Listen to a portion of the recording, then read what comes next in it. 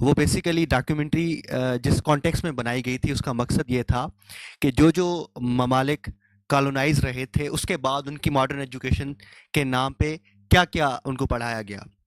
تو وہ لداخ کے کانٹیکس میں بنائی گئی تھی کہ ماڈرن ایجوکیشن کے نام پہ آپ ان لوگوں کے جو انڈیجنس عادتیں ہیں, جو ان کے اپنے کسٹمز ہیں, جو ان کی جیسے کہ کھیتی باڑی کرنا, ان سے ماڈرن ایجوکیشن کے نام پہ ان کو دور کیا گیا.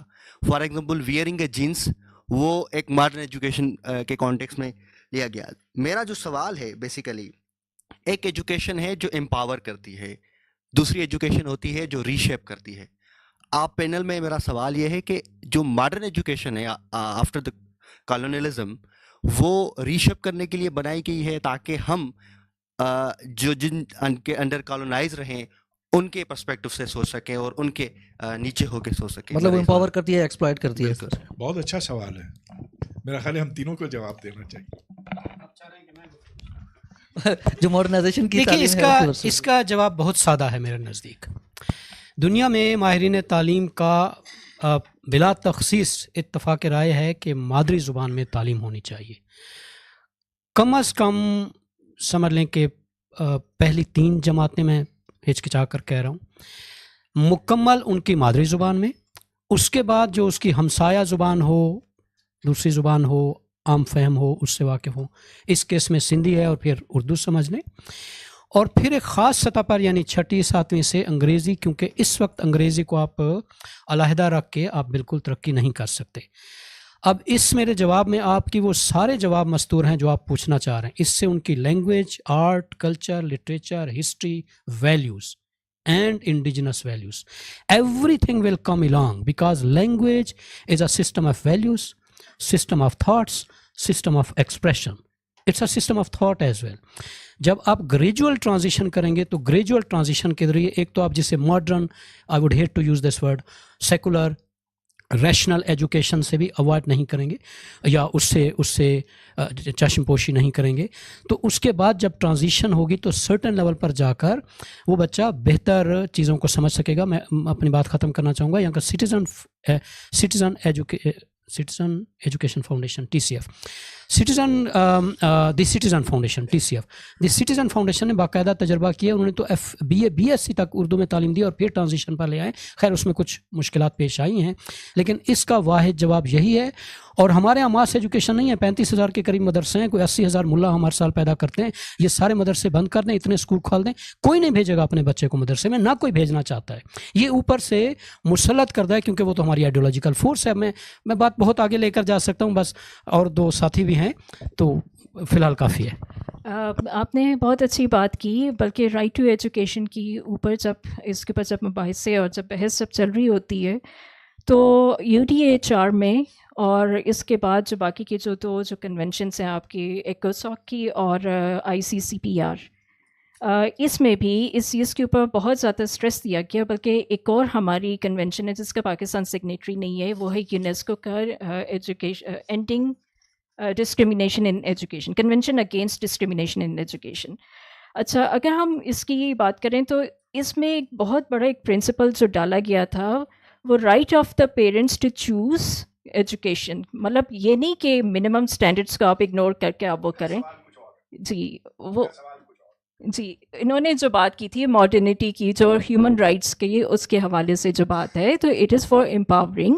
اور یہ آپ کی جو ہے right to education, the freedom to choose, اور جو امجد صاحب نے جو بات کی ہے میں اس کے حوالے سے میں بات ضرور کر رہی ہوں کہ freedom to choose of parents یہ جو ہے it is part of their جو آپ کے منیمم اسٹینڈرڈس کے ساتھ ساتھ آپ کو وہ جا کر آپ کی اپنی مرضی کے مادری زبان میں جو تعلیم, جو حصول تعلیم ہے, آپ وہ کر سکتے ہیں. تو آپ اپنی ڈائیورسٹی, اپنی آئیڈینٹی کو بھی مینٹین کر سکتے ہیں while you are achieving education.